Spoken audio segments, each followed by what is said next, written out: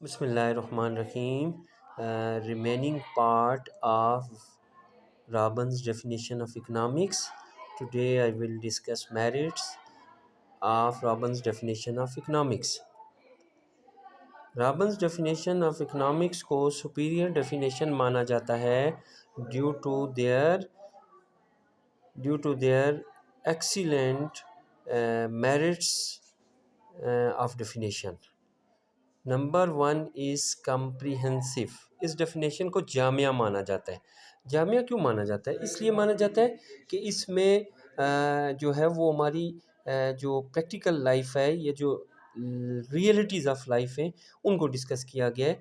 उसने बताया है कि every person have unlimited wants and limited resources. कोई भी शख्स है कि वो उसके जो ज़राए हैं वो महदूद हैं और उसकी ख्वाहिशात लामहदूद हैं।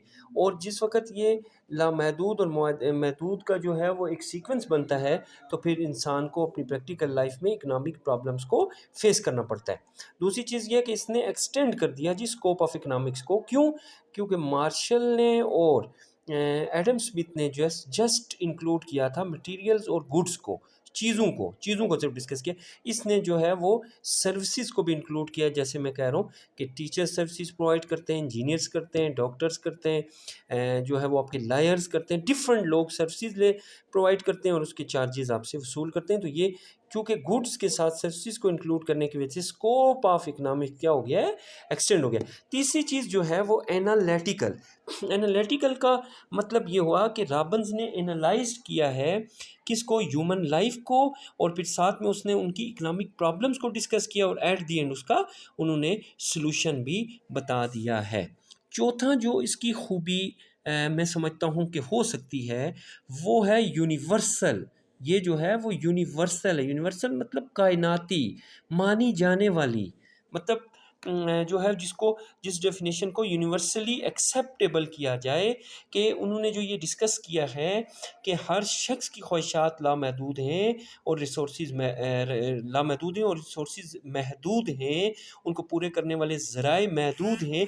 इस बात पर हर शख्स इसको मानने के लिए तैयार है। दैट्स वाई इसको यूनिवर्सल कहते हैं, कि इसको हर शख्स इस चीज़ को एक्सेप्ट करता है। इसको हर शख्स मतलब जैसे हम इसको लिख सकते हैं कि एवरी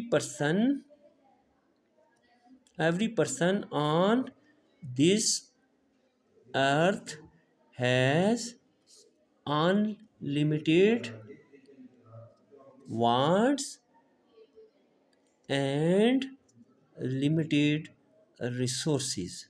तो ये हर शख्स जो इस दुनिया पर मौजूद है उसके जो वांट्स हैं वो हमेशा अनलिमिटेड हैं, और जो उसकी रिसोर्सेज हैं वो हमेशा लिमिटेड हैं। दैट्स वाई हर एक इसको मानने के लिए तैयार है। फिर एक और चीज़ जो इसका एक पॉइंट और डिस्कस किया जा सकता है वो है status of positive science is given to economics. Status of positive science is given to economics. ये नंबर 5 पॉइंट है कि Robbins has made economics more exact and positive. ठीक है जी, एक तो इसको एग्जैक्ट बना दिए और दूसरा इसको जो है वो रॉबिन्स ने पॉजिटिव साइंस का साइन बना दिया है। कहाँ पर?